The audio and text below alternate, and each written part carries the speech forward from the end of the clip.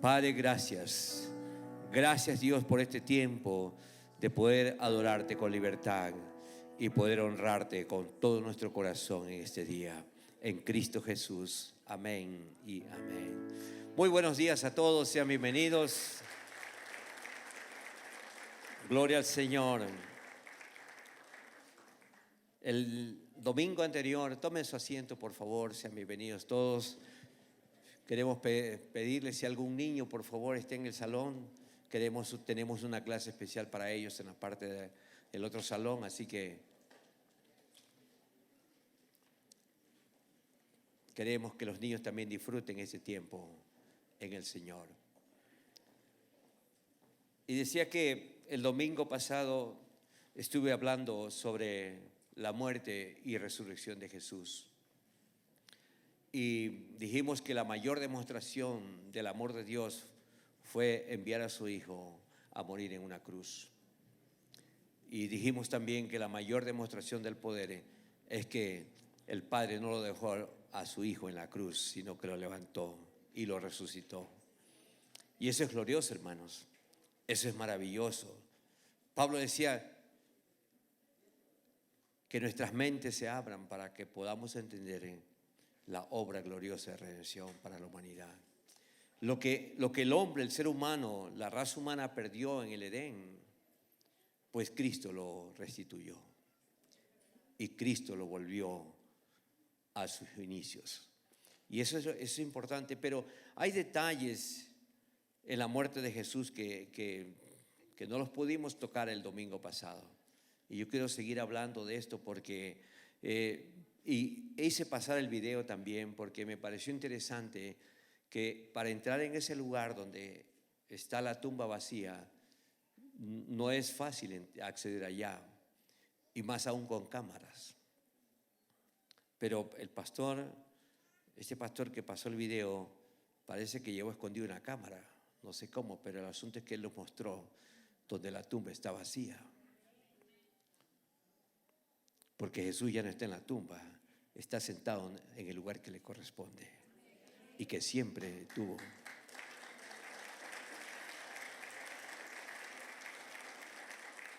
El tema de hoy es Jesús venció la muerte, para seguir en la misma línea del domingo anterior y que algunas cosas que no pudimos hablarlas en esta mañana podamos entenderlas también. Jesús venció la muerte. Y hablamos de su muerte, hablamos de su resurrección y dije que para entender su resurrección es necesario que entendamos su muerte también.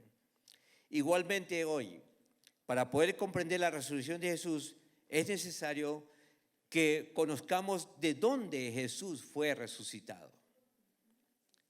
¿De dónde Jesús fue resucitado?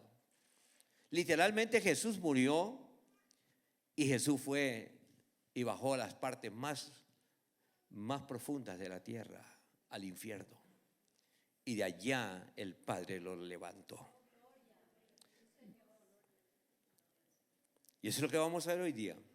Pero antes de explicar esta parte acerca de la muerte de Jesús, yo quiero que podamos entender y explicarles para que ya al final usted pueda tener claro qué pasó con Jesús, de dónde lo sacó el Padre, de dónde nuestro Padre Celestial lo resucitó a Jesús. Y quiero hablar un poco sobre lo que es la muerte. Hay 3 clases de muertes que Adán y Eva experimentaron en el Edén. 3 clases de muerte que ellos tuvieron que pasar. Y no solamente ellos, sino que estas 3 clases de muertes, toda la raza humana, toda la humanidad tiene que experimentar. Veamos cuáles fueron esas 3 clases de muertes.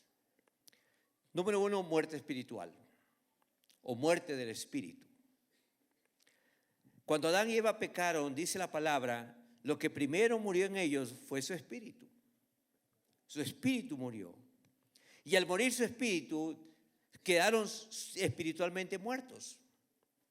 Y lo dice el apóstol Pablo en Efesios capítulo 2, verso 1. Mire lo que declara el apóstol Pablo.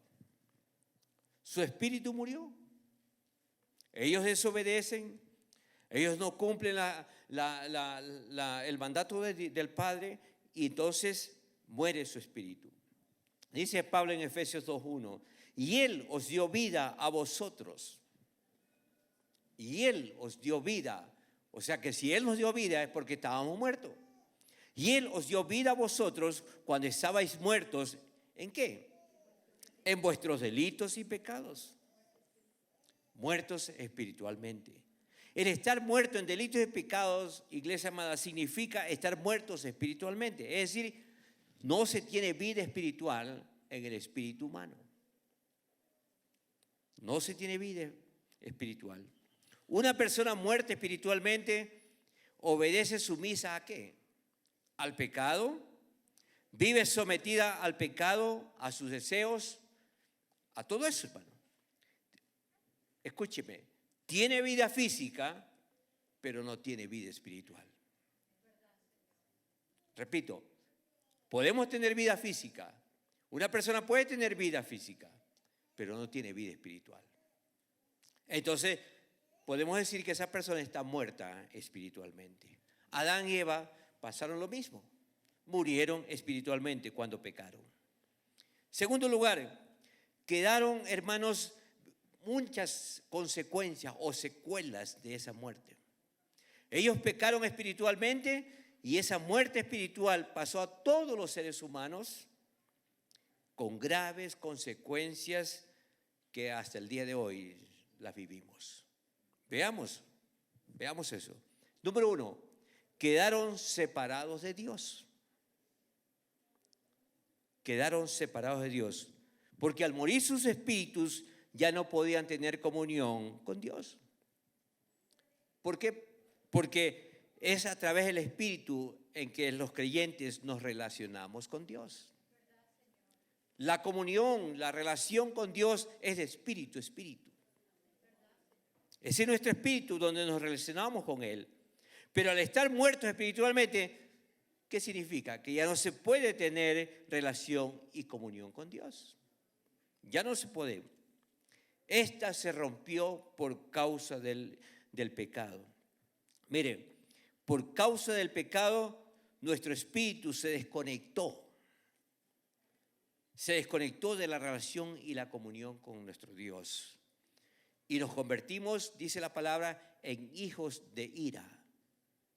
Pero cuando venimos a Cristo nos convertimos en hijos de Dios. Nos convertimos, dice en Efesios 2, usted puede leer, Efesios 2 dice que nos convertimos en hijos de ira como los demás. Muertos en nuestro espíritu, nos volvemos esclavos. ¿Esclavos de quién, pastor? Esclavos de Satanás, esclavos del pecado, esclavos de nuestras concupiscencias y esclavos de todos los deseos. Necesitamos, por tanto, que Él nos resucite en nuestro espíritu. ¿Con qué propósito? Para tener vida espiritual. Porque esa vida espiritual se perdió por causa del pecado. Y es en ese espíritu hecho perfecto donde el Espíritu Santo hace morada en nosotros. Cuando nos hacemos o somos nuevas criaturas en Jesús. Entonces, estar en Cristo es tener vida espiritual. Estar sin Cristo es estar muerto en nuestros delitos y pecados. Bendito es el Señor. Sujetos a la ira de Dios. En Cristo, sujetos al amor de Dios, a la bondad de Dios y la misericordia de Dios. Pero lejos de Cristo, a la ira de Dios. Segundo lugar, ellos perdieron la ciudadanía del reino de los cielos. Primero, quedaron separados de Dios. Segundo, perdieron también la ciudadanía del reino de los cielos. Cuando Adán y Eva pecaron, fueron echados del paraíso. Dios los expulsó del Edén. Allí estaban, ¿dónde? Allí disfrutaban, ahí vivían, ¿de qué? De la presencia y la gloria de Dios. Allí gozaban de todos los beneficios de Dios. Pero son echados del paraíso y entonces perdieron todos esos beneficios. En otras palabras, ellos quedaron desprovistos de todo lo divino.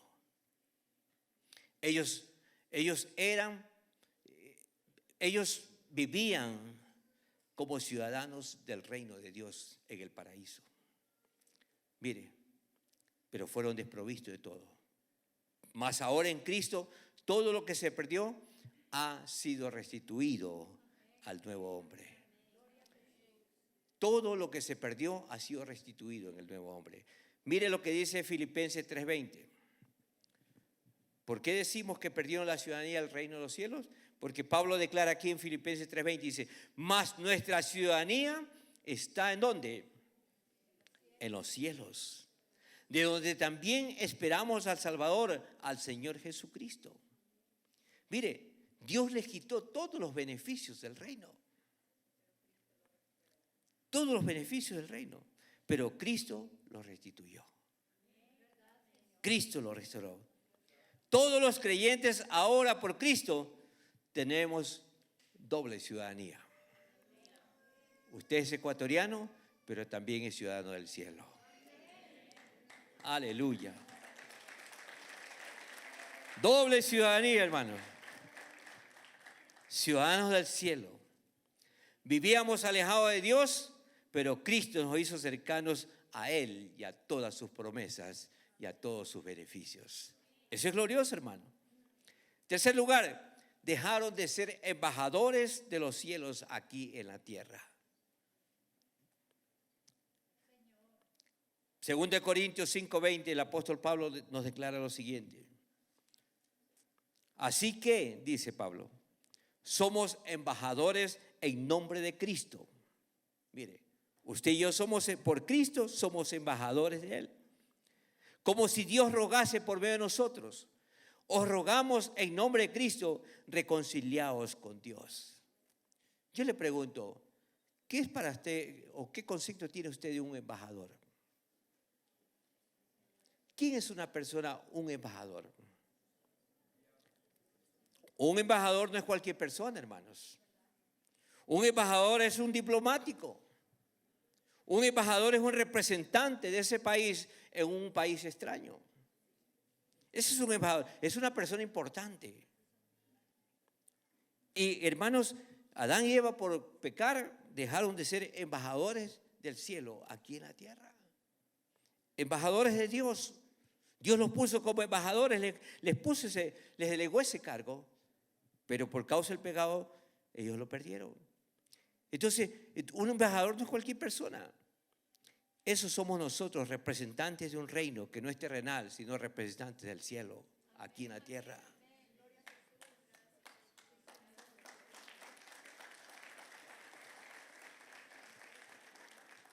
Adán y Eva eran embajadores de Dios aquí, pero por su desobediencia perdieron ese privilegio. Perdieron ese cargo, ese honor. Pero Cristo, por Cristo, ahora usted y yo somos embajadores de su reino en esta tierra. Bendito sea el Señor. Recuerde que el reino de Dios es del cielo, no es terrenal. Cuarto lugar, perdieron la gloria de Dios. Perdieron la gloria de su Creador. Romanos 3:23 declara la palabra, por cuanto todos pecaron, están destituidos de la gloria de Dios. Piense por un momentito. Así como la atmósfera del pez es el agua, la atmósfera de este cuerpo, ¿cuál es? El aire. El aire. La atmósfera de nuestro espíritu es la gloria de Dios. El ambiente de nuestro espíritu, de su espíritu, debe ser la gloria de Dios. La gloria del Señor. Pero imagínese usted por un momento a un pez que lo saca del agua. ¿Qué va a pasar? Un pez sin agua va a morirse. Va a morirse. También nosotros, si no respiramos, ¿qué va a pasar? Vamos a morirnos, nuestros cuerpos morirán. Y sin la gloria también morimos. Como Adán y Eva pecaron, entonces ¿qué pasó? Ellos murieron porque perdieron la gloria de Dios. Ese ambiente espiritual, esa atmósfera que perdieron, entonces murieron. Y por ende ellos murieron espiritualmente. Sus espíritus se desconectaron de la atmósfera, de la gloria del Padre.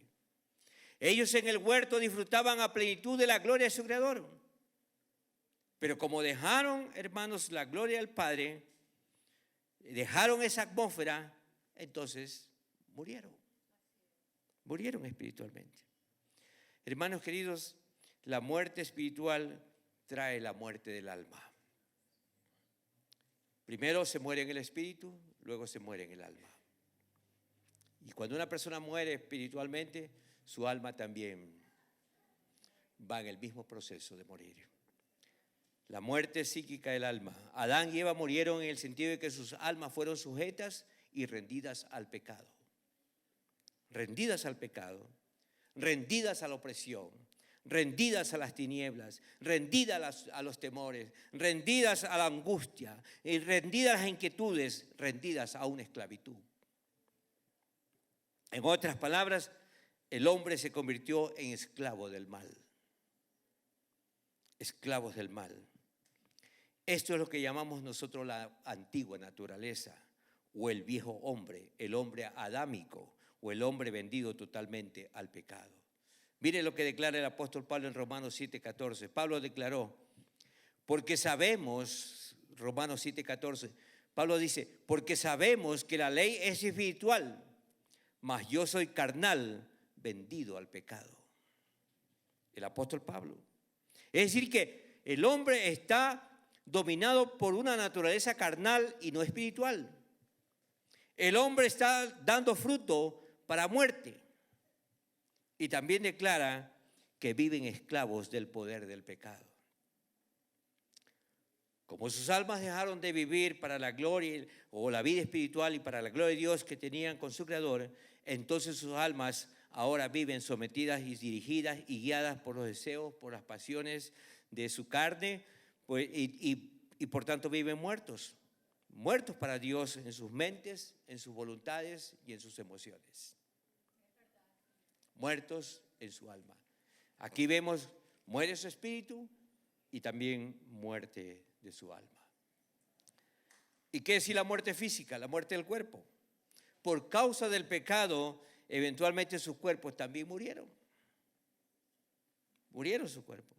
Mire, ¿qué dice Génesis 2:17? Dice la palabra que el hombre no fue creado para ver muerte. El hombre fue creado y puesto aquí en esta tierra para que viva eternamente, en constante relación y comunión con Dios. Pero, ¿qué pasó? Dios le dijo, si comes de ese fruto, ciertamente morirás. Entonces, Dios no creó al hombre para que vea muerte, sino que el hombre fue creado para que viva eternamente con Dios. Pero a raíz de que el hombre peca, ¿qué pasa? Él muere físicamente y con él muere toda la raza humana. Toda la raza humana. Desde ahí vivimos esta experiencia de la muerte. Todos tenemos que pasar, nadie se escapa de la muerte, todos tenemos que vivir esta experiencia de la muerte física. Bendito sea el nombre del Señor. Ahora, ¿de dónde Jesús fue levantado? Aquí viene lo interesante. Porque si no entendemos estas tres clases de muerte que yo les he explicado en esta mañana, jamás podemos entender de dónde Jesús fue levantado o de dónde Él resucitó. De dónde Él resucitó. Hermanos, iglesia, Cristo fue literalmente levantado de estas tres clases de muertes. Estas tres clases de muerte Jesús las vivió y las experimentó. Él tenía que experimentar o morir esas tres clases de muertes para poder redimirnos del poder del pecado, del poder de la muerte, en sus tres manifestaciones como lo hemos visto. Hermanos queridos, su muerte no fue, hermanos, cualquier muerte. Su muerte fue única y especial. igual su resurrección fue única y especial. En primer lugar, veamos la muerte en su espíritu. Lucas 23, 46. Allí nos explica la palabra, los evangelios, la muerte espiritual de nuestro Señor Jesús. Lucas 23, 46 declara la palabra, dice: entonces Jesús, clamando a gran voz, dijo: Padre, en tus manos encomiendo mi espíritu. Y habiendo dicho esto, expiró. Habiendo dicho esto, cuando Jesús exclamó: en tus manos encomiendo mi espíritu, allí Jesús literalmente estaba muriendo espiritualmente. Allí estaba muriendo espiritualmente. Es decir, allí en ese momento, en ese instante, Jesús estaba muriendo en su espíritu. Su espíritu estaba dejando de vivir, muriendo su espíritu. Hermanos, la muerte espiritual se la puede explicar o entender cuando una persona puede trabajar, comer, estudiar, es decir, vivir físicamente, pero muerte espiritualmente. ¿Por qué? Porque no está conectado a la atmósfera de la gloria de Dios. Ya leímos Romanos 3:23. Una persona que muere espiritualmente está desconectada de las cosas del espíritu. En otras palabras, no tiene sensibilidad espiritual. Y vemos allí que Jesús dice: Padre, en tus manos encomiendo mi espíritu.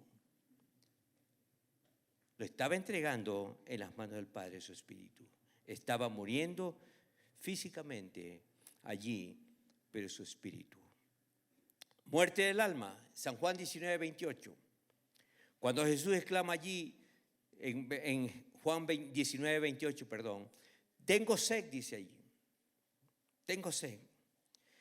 Hermanos, allí está diciendo que estaba él experimentando la muerte de su alma. ¿Por qué? Porque él estaba llevando todos los pecados del género humano. El pecado, escúcheme iglesia, el pecado siempre deja sedienta el alma. El pecado deja sedienta el alma. El pecado nunca se sacia. El pecado nunca trae satisfacción al alma, sino que siempre la deja sedienta el alma. El pecado del alma trae tristeza, dolor, desolación, desesperanza. Un alma que está muerta es un alma que no tiene conciencia de Dios. Un alma muerta vive en tinieblas, vive ajena a la vida de Dios. Es una persona que no ha sido salvada de su pecado, no ha sido rescatada de su vieja naturaleza. Recuérdense cuando Jesús hizo una oración en el huerto de Getsemaní. Eso está en Mateo 26:38. Dice la palabra literalmente que, mire lo que declaró Jesús, mire lo que habló Jesús. Dice: mi alma está muy triste hasta la muerte. Mi alma está muy triste hasta la muerte. Quedaos aquí y velad conmigo, dando a entender que él iba a experimentar la muerte de su alma. La muerte de su alma. Y la muerte física. En el verso 30 de San Juan 19, Cristo expira, Cristo deja de respirar, muere su cuerpo, allí desfigurado como lo vimos el domingo, allí colgado de ese madero se quedó sin aliento de vida y dice la palabra sin forma humana, desfigurado. De la cruz pendía solamente el cuerpo inerte de Jesús, porque su espíritu y su alma ya no estaban en él. Su espíritu y su alma ya no estaban en él. Estas fueron las tres muertes que Jesús experimentó. Muerte espiritual, muerte del alma y la muerte física. Pero ¿qué sucedió? ¿Qué sucedió de la cruz al trono? Recuerde que Jesús murió, según los entendidos, un viernes y resucitó un domingo en la mañana. Pasaron 3 días, que para muchos es un misterio. Hay mucha confusión, mucho caos. Pero en esta mañana vamos a explicar un poquito qué pasó en esos 3 días, el tiempo en que él estuvo muerto. Hermanos, ¿qué pasó? Yo quiero llevarlos al Salmo 88. Salmo 88 nos describe literalmente, porque es un salmo mesiánico. Este Salmo 88 nos describe lo que pasó, lo que sucedió de la cruz al trono.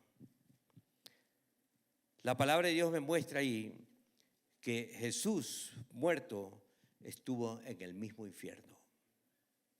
En el mismo infierno. Veamos este salmo. Gloria al Señor. Aquí no, este salmo dicen que es el salmo más triste de la Biblia. Es el salmo más triste. ¿Por qué? Porque declara el sufrimiento más profundo de una persona que muere por la ira de Dios. Mire, el Salmo 88. Verso 1 dice: oh Jehová, Dios de mi salvación, día y noche clamo delante de ti. Mire, aquí podemos ver, es un clamor, hermanos, esperando dependencia de Él. Día y noche clamo. A pesar de haber orado este salmo, esta oración, a pesar de seguir orando y constante oración, hermanos, que está en una aflicción, pero está orando con esperanza. Dice: día y noche clamo de ti. Verso 2: llegue mi oración a tu presencia, inclina tu oído a mi clamor. ¿Por qué? Porque mi alma está hastiada de males. San Juan 12, verso 27, Jesús dijo: mi alma está muy turbada. Mi alma está cargada, así, hastiada. Dice en el verso 27, mi alma está angustiada, está turbada, está cargada, porque mi alma está hastiada de males. Y dice: y mi vida cercana al Seol. Verso 4, Salmo 88, soy contado entre los que descienden al sepulcro. En otras palabras, Jesús se consideraba un moribundo. Estaba muerto. Su corazón estaba quebrado de tristeza. Soy contado entre los que descienden al sepulcro. Soy como hombre sin fuerza. Verso 5. Abandonado entre los muertos. Vea, Jesús estaba allí abandonado entre los muertos. Como los pasados a espadas que yacen en el sepulcro. Esta palabra yace, los que moran están tendidos. Personas muertas sin vida, cuando los entierran acostados. Así estaba Jesús, sin vida, en la tumba, sepultados. Personas que pasaron al olvido. Abandonados entre los muertos como los pasados a espada, de quienes no te acuerdas ya. Porque las personas que se mueren, a los días se los recuerda, pero después pasaron al olvido. De quienes no te acuerdas ya. Y que fueron, dice, arrebatados de tu mano. Mire, note eso. Y que fueron arrebatados de tu mano. Porque Satanás arrebata. Satanás, cuando una persona muere, lo arrebata para llevar al infierno. Que fueron arrebatados de tu mano. Satanás lo llevó al infierno porque tiene el poder de la muerte. Aquí vemos que el infierno es la tierra del olvido, el infierno es la tierra de abandono. En otras palabras, el infierno es un cementerio. Y la Biblia lo relaciona mucho con el cementerio. Verso 6. Me has puesto en el hoyo profundo, en tinieblas. Mire, en lugares profundos, porque hermanos, el infierno es un lugar de oscuridad. El infierno es un lugar de oscuridad, es un lugar donde nadie puede salir. El infierno es un lugar donde de prisiones oscuras, hermanos. El infierno es un lugar de tinieblas, allí no hay luz. Verso 7, sobre mí reposa tu ira, dice, y me has afligido con todas tus ondas. Era un clamor. Aquí vemos un clamor de esta alma. La mano de Dios pesaba sobre él. Verso 8, has alejado de mí mis conocidos, me has puesto por abominación a ellos. Encerrado estoy y no puedo salir. En otras palabras, sus amigos lo habían abandonado. Era un clamor por su ira. Hermanos, vivir encerrado es vivir cautivo, es vivir aprisionado, es vivir privado de libertad. Ese es el infierno. De ese lugar nadie puede salir. Hermanos, porque viven encerrados. Verso 9. Mis ojos se enfermaron a causa de mi aflicción. Tanto clamor, tantas lágrimas, tanto llanto, tanto sufrimiento en cuerpo y alma.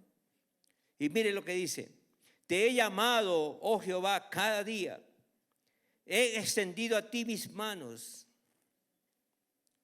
Clamando Jesús. Verso 10. ¿Manifestarás tus maravillas a los muertos? ¿Manifestarás tus maravillas a los muertos? Déjeme decirle que en ese lugar, allí no se ven las maravillas de Dios. Allí no hay maravilla de Dios. Solo se ve en ese lugar dolor, sufrimiento, angustia, desesperación, dolores, odios, rencores, amarguras. Eso es lo que se ve en ese lugar. En ese lugar no se ven las maravillas de Dios. ¿Se levantarán los muertos para alabarte? Yo hasta hoy no he visto un muerto que alaba, pero los vivos se alaban. ¿Y cuántos están vivos aquí?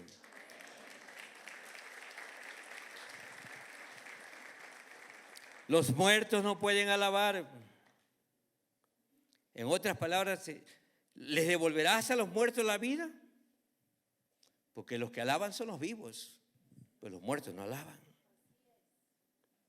¿Se levantarán los muertos para alabarte? Verso 11. Será contada en el sepulcro tu misericordia o tu verdad en el Abadón.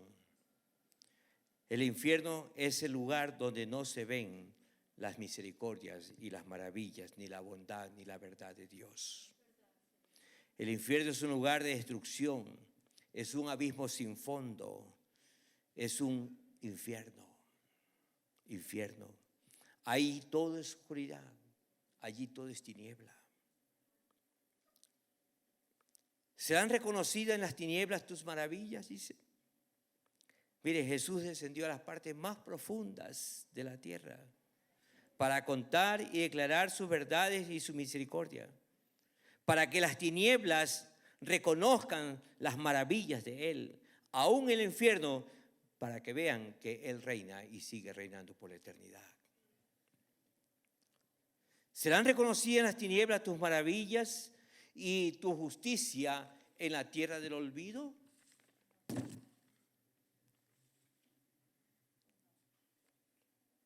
Verso 13. Mas yo a ti he clamado, oh Jehová, y de mañana mi oración se presentará delante de ti. Esta es una descripción de una oración de confianza, una oración de expectativa, una oración aún antes de que amanezca. Mas a ti he clamado, Jehová, y de mañana mi oración se presentará delante de ti. Porque, oh Jehová, desechas mi alma. ¿Por qué, Jehová, desechas mi alma? ¿Por qué escondes de mí tu rostro? El infierno es el lugar en donde el alma es desechada y nunca el rostro de Dios puede ser recibido. Sigue orando y dice, yo estoy afligido y menesteroso. Desde la juventud he llevado tus terrores. He estado medroso. Mire lo que declara. He estado medroso, o sea, he estado asustado. Debemos entender, iglesia amada, que Jesús nació con sentencia de muerte. Recuérdese que desde cuando tenía 2 años, Herodes mató a todos los niños. Y Jesús nació con sentencia de muerte. Por eso es que la muerte siempre lo acechaba. La muerte siempre lo perturbaba, lo acosaba, aún desde que nació. Por eso dice, tus terrores, he estado medroso. Desde juventud he llevado tus terrores. Mire, verso 16. Sobre mí han pasado tus iras. La ira de Dios pasó como oleada sobre su vida. Sobre mí ha pasado tu ira. Y me oprimen tus terrores. Porque sobre él pasó la ira de Dios. Ese lugar le pertenecía a usted y a mí. Dice el verso 17. Me han rodeado como aguas continuamente. A una me han cercado. El enojo de Dios lo cargó Jesús. Todos mis temores, todos mis miedos, todas mis angustias los cargó allí. Allí los cargó. Le oprimían los temores. Has alejado, dice el verso 18, has alejado de mí al amigo y al compañero, y a mis conocidos has puesto en tiniebla. Como diciendo, mi familia ahora, la familia que yo tenía cuando estuve aquí en la tierra ya no es mi familia. Ahora mi familia son los que están en el infierno. Mi familia son el infierno y son las tinieblas.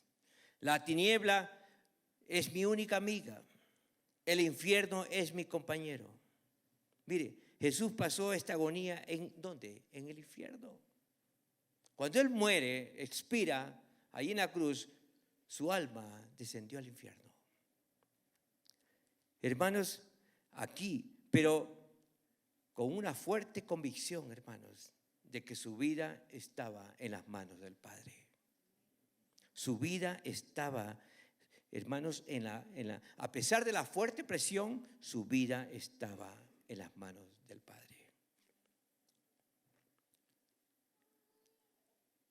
Como hemos visto aquí en este salmo, Jesús pasó por un tiempo de aflicción psíquica, una aflicción del alma en el infierno. Jesús estaba, iglesia amada, literalmente en lo más profundo del infierno. En la cruz, cuando expiró, Jesús fue a ese lugar. Lucas 16:20, ustedes conocen la famosa parábola del rico y Lázaro. 2 personas que mueren. El uno estaba en el seno de Abraham y el otro estaba ¿en dónde?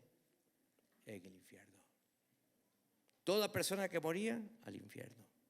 Entonces Jesús literalmente estaba en lo más profundo del infierno. La pregunta que tenemos que hacernos es, ¿y qué hacía Jesús en ese lugar? ¿O qué estaba haciendo Jesús? ¿Qué fue a hacer a ese lugar? ¿Por qué Jesús tuvo que ir a ese lugar? Sencillo, Él fue allí, sufrió tremendo castigo para que nosotros nunca tuviéramos que ir a ese lugar. Para que usted y yo nunca podamos experimentar el infierno. Por eso Él fue allá. Jesús estaba allí pagando por nuestros pecados, pagando por nuestra redención. Por eso dice la palabra, en Juan 3:18, todo aquel que cree en Él no es condenado. No es condenado. Todo aquel que cree en Él es librado de ese horrible lugar.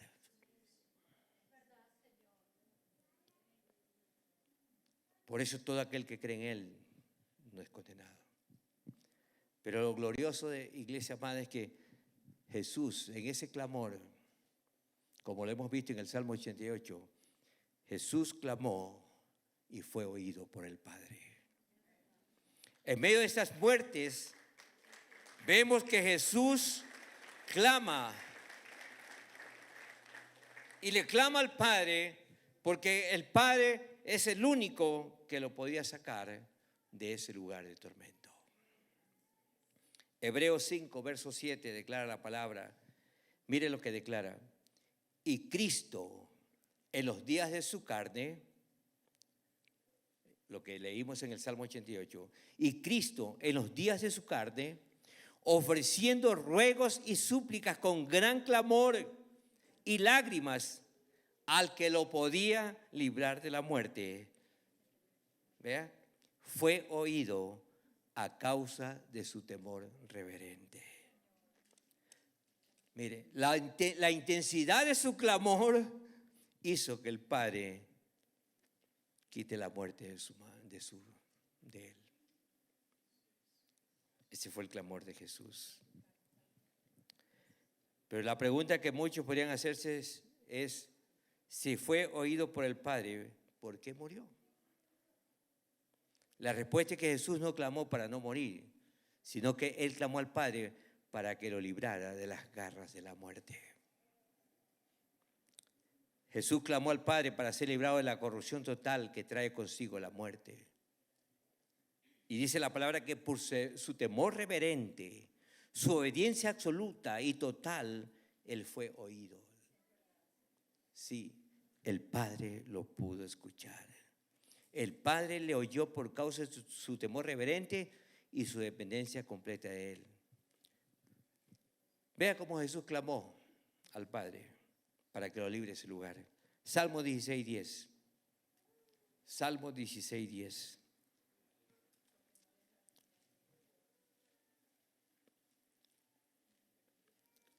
Porque no dejarás mi alma en el Seol, ni permitirás que tu santo vea corrupción. Iglesia amada, escúcheme. Una relación personal con Dios nos asegura que Él nunca nos abandona en el sepulcro. Una intimidad con Dios es una garantía de que Él nunca nos va a abandonar. Si a usted le toca partir de este mundo físico, prepárese porque viene lo mejor. ¿Cuántos se gozan por eso? Así que no le tenga temor a la muerte. Pablo dijo, para ambas cosas estoy listo. Si me toca partir, es muchísimo mejor. Pero si me toca quedar por causa del Evangelio, aquí seguiré predicando y aquí seguiré haciendo tu obra. Pero de ambas cosas estoy listo. Para quedarme por muchos años más o para partir, que es mucho mejor. Así que hermanos, por favor, sáquese de la cabeza tener miedo a la muerte. Si usted ha creído en Cristo, afirme en su corazón esa verdad. Un día se levantará de la tumba.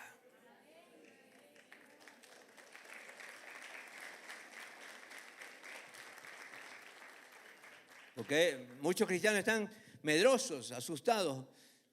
Viene un año, en lugar de celebrar ese año, ese cumpleaños, se ponen tristes, melancólicos, asustados porque se les cae un año más encima de vejez. Gócese y alégrese porque viene un final glorioso para su vida. Aleluya.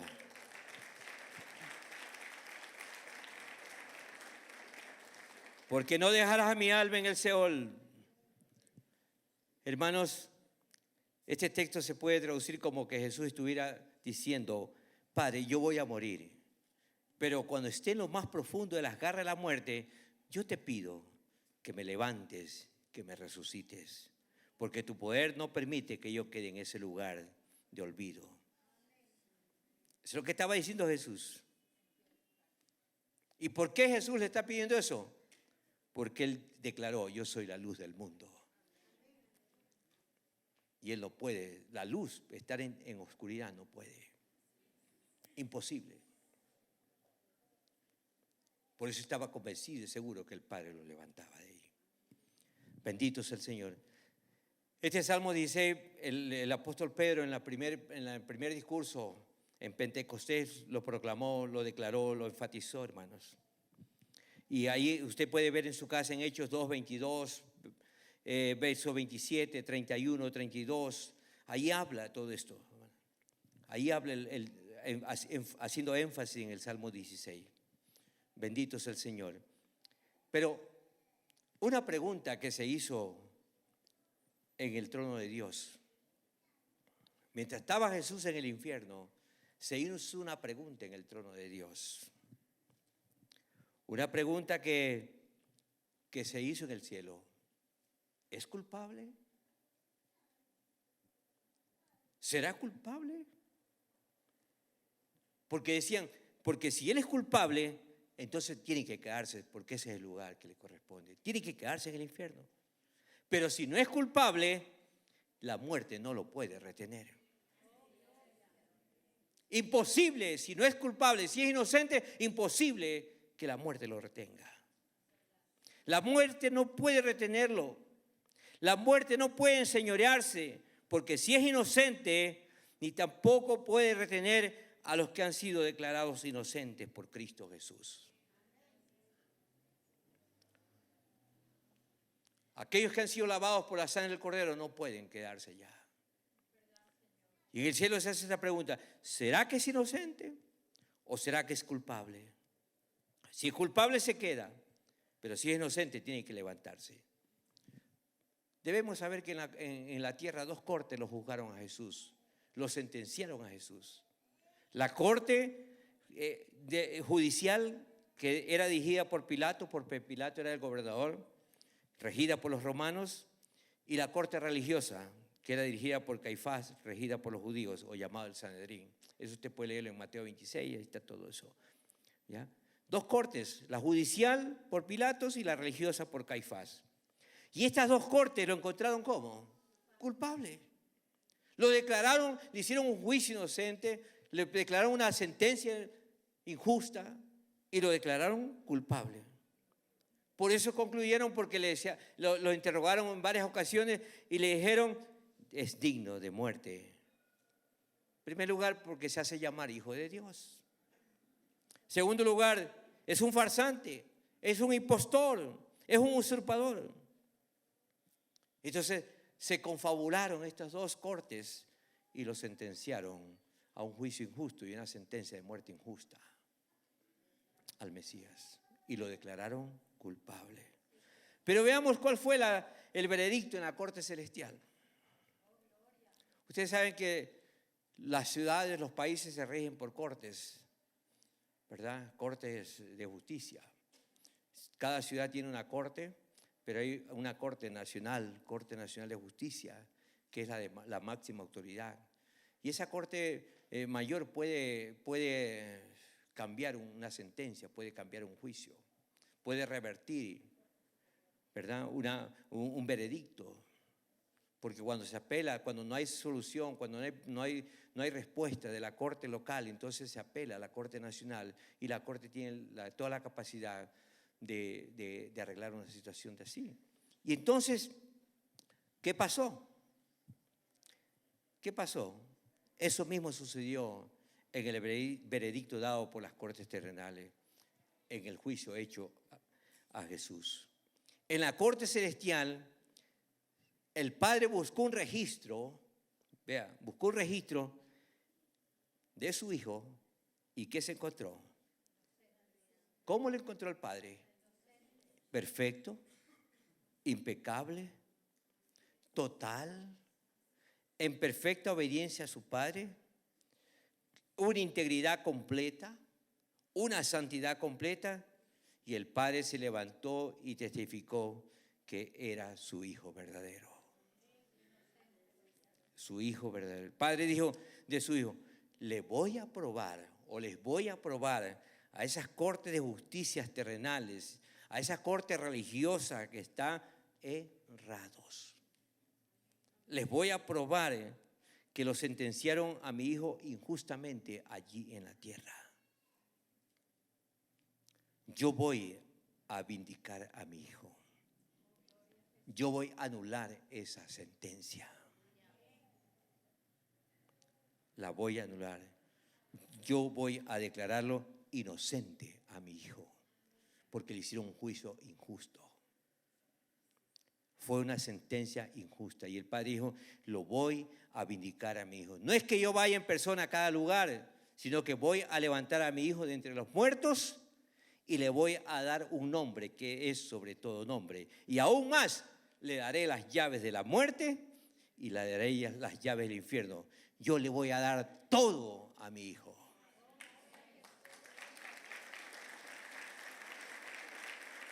Todo se lo voy a entregar a él. Filipenses 2:9, Pablo dijo, por lo cual Dios también, Filipenses 2:9, por lo cual Dios también le exaltó hasta lo más alto. Y le dio un nombre que es sobre todo nombre. Y Apocalipsis 1:18, él dijo, y el que vivo y estuve muerto, mas he aquí que vivo por los siglos de los siglos, amén. Y tengo las llaves de la muerte y el Hades. El Padre lo sacó de la muerte para que Él reine por toda la eternidad.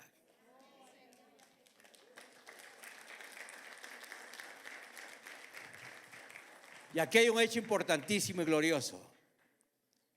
El Padre le dice al Espíritu Santo, Espíritu Santo, anda y levanta a mi hijo. Sácalo de ese lugar de tinieblas y de oscuridad. Y entonces viene el Espíritu Santo y se escuchó, dice la palabra, un gran terremoto en el mismo infierno. Y el Espíritu de Dios fue a lo más profundo del infierno y allí sopló aliento de vida a Jesús.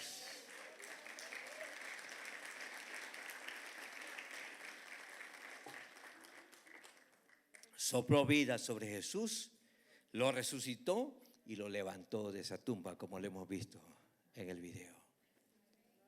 Lo levantó de esa tumba. Para que hoy, 2022, esa tumba continúe vacía. Esa tumba está vacía.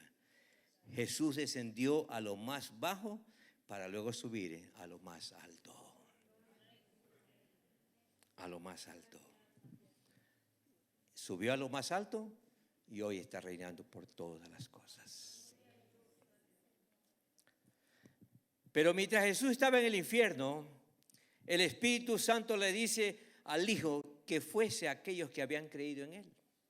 Porque recuérdese que en la antigüedad muchos, como usted y yo, habían creído en Él. Y estaban esperando redención. Ellos murieron, pero con expectativa y con esperanza de que un día se levantarían de las tumbas. Y vemos por la palabra, hermanos queridos, que el Espíritu Santo le dice, anda y predícales a aquellos que habían creído en Él y que estaban esperando durante miles y miles de años. Se dice que el infierno está dividido en dos partes. Los que vivían en tormento estaban a un lado y los que vivían en esperanza en otro lado. En el lugar de esperanza ahí estaban Abel, Noé, Abraham, Isaac, Jacob, José, David y muchos más que creyeron en Dios. Todos los patriarcas estaban esperando la venida del Mesías. Y Jesús se les aparece y les dice, hey, no temáis, yo soy la puerta, yo soy la vida, yo soy la esperanza, yo soy la provisión, yo soy la paz, yo soy el pan de vida, yo soy la luz, yo soy el que te cambia. Y no una religión, yo soy el Cristo. Usted puede ver en Mateo 27, interesante, hermanos. Mateo 27, versos 51 al 54. Vea lo que pasa ahí. Vea lo que pasa ahí. A ver si ponemos en la pantalla y vemos estos pasajes. ¿Qué sucedió allí?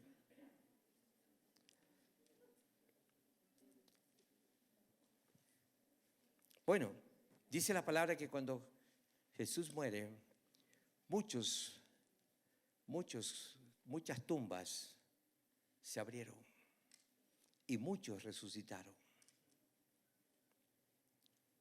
Muchos se levantaron allí.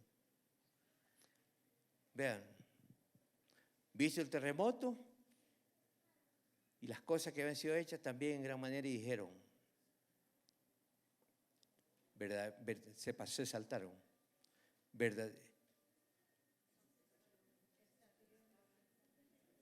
Bueno, véalo en su casa, anótelo y véalo en su casa. Dice que muchos se levantaron allí. Jesús les dijo, yo soy el que tengo el poder para transformar toda circunstancia.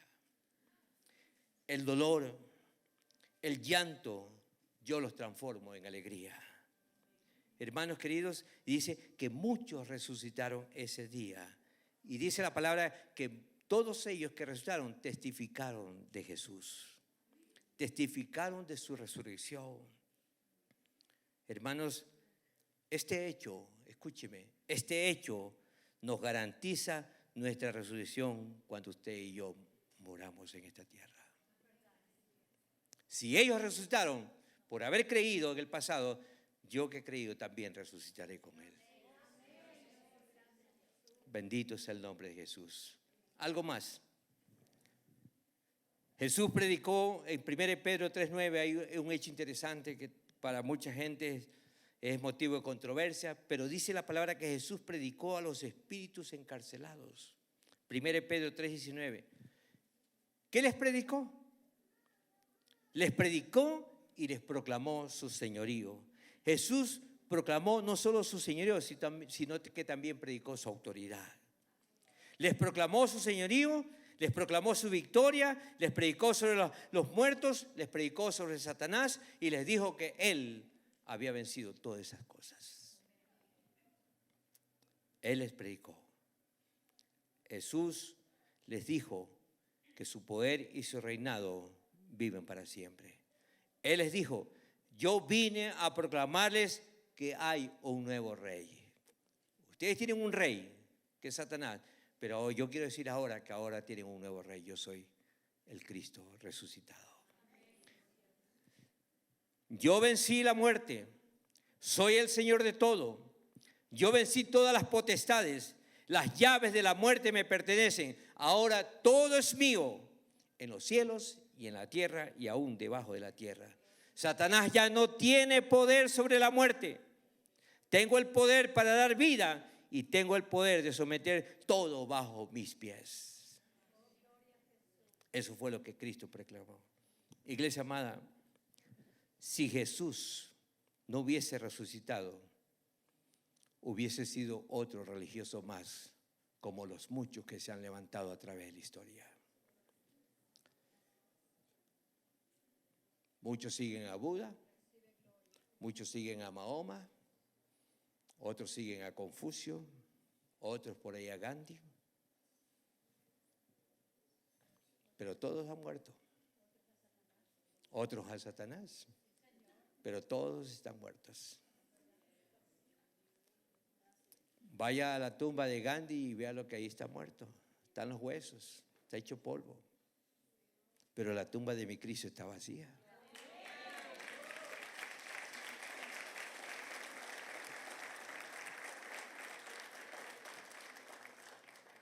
Y para los que hemos creído, ¿cuántos han creído en el Señor?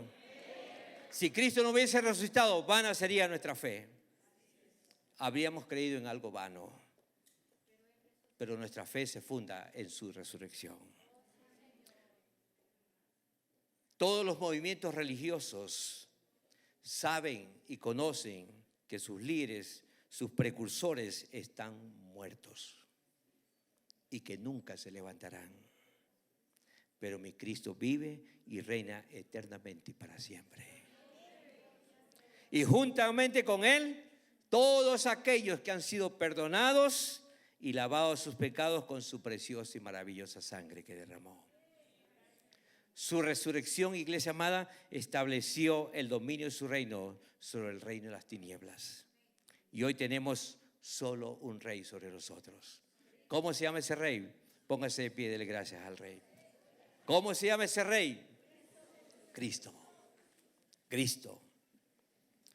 La palabra de ese rey, escúcheme, tiene autoridad y tiene poder y tiene vida para transformar vidas. Tiene vida, tiene poder para sanar, para restaurar, para levantar y para prosperar. Ese es el rey que quiere gobernar en su vida. Ese es el Rey que quiere que usted disfrute su atmósfera. Ese es el Rey que nosotros servimos y caminamos en Él. El Cristo resucitado es el que quiere reinar en cada una de nuestras vidas. Ese es el Cristo resucitado que quiere que usted camine en su corazón con Él en esta tierra. Ese es el Rey que quiere y desea y anhela que su corazón se ancle en la verdad de su resurrección. Padre, te damos gracias. Bendigo a tu iglesia, Señor. Bendigo a tu pueblo, Señor. Padre, que de una vez por todas podamos entender lo que Pablo dijo en Corintios. Cosas que ojo no vio, ni mente humana entendió, son las que tú has preparado para los que te aman, para los que se acercan a ti, para aquellos que te buscan, para aquellos que anhelan, Señor, vivir en la atmósfera de tu presencia. Padre, que eso es lo mejor, eso es lo más preciado. Si Adán y Eva desobedecieron y perdieron y murieron literalmente, espiritualmente, físicamente en su cuerpo, murió su alma, Señor. Tú no quieres que nadie muera. El anhelo de tu corazón es que todos. Fue tu amor tan grande que entregaste lo mejor y lo más preciado del cielo para nosotros. Te damos gracias, Dios. Gracias, Padre Celestial, con este entendimiento, Señor, y con conciencia de esta verdad, es que hoy, Señor, te agradecemos y te alabamos por siempre. Gracias, mi Padre Celestial, porque antes éramos hijos de ira, pero hoy somos hijos de Dios. Te alabamos y te bendecimos. Te damos gracias por tu palabra.